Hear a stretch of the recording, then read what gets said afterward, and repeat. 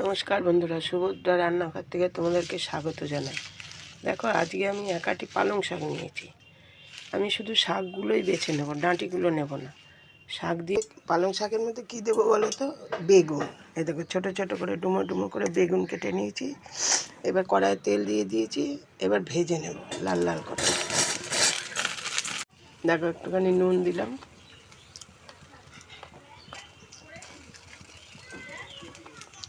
আর একটু হলুদ দিয়ে ভেজে নেব। মুগ ডাল ভেজে নিয়েছি। দেখো, আমি পালং শাকের যে ঘন্ট বানাবো তার জন্য পালং শাকগুলো দিয়ে দেবো।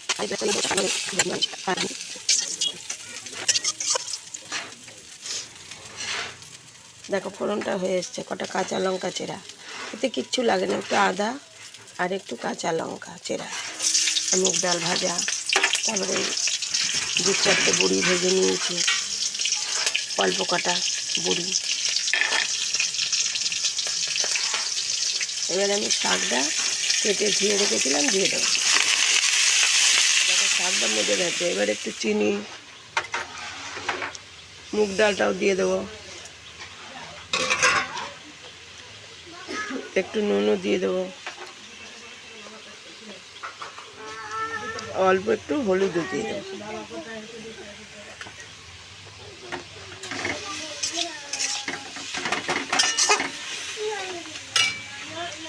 এবার একটু জল দিয়ে দেবো।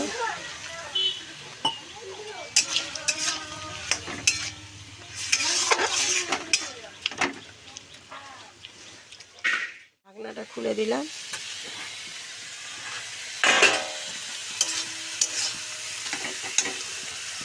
ডালটা অনেকটাই সেদ্ধ হয়েছে, ডালটা একটু গোটা গোটাই থাকবে।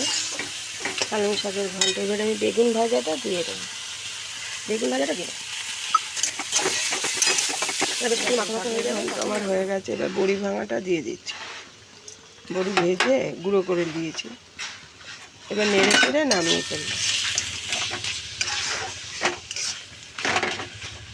এই শাকের ঘন্টটা আমার শাশুড়ি মা খুব করতেন, এখন তো আর নেই উনি। 5-6 বছর হয়েছে মারা গেছেন। তাই মনে পড়লো হঠাৎ যে মায়ের মতো নেই, আজকে পালং শাকের ঘন্টটা করি। আমার পালং শাকের ঘন্ট রেডি। তোমরা ওইভাবে করে খেয়ে দেখবে, কেমন লাগে জানাবে কিন্তু। টাটা।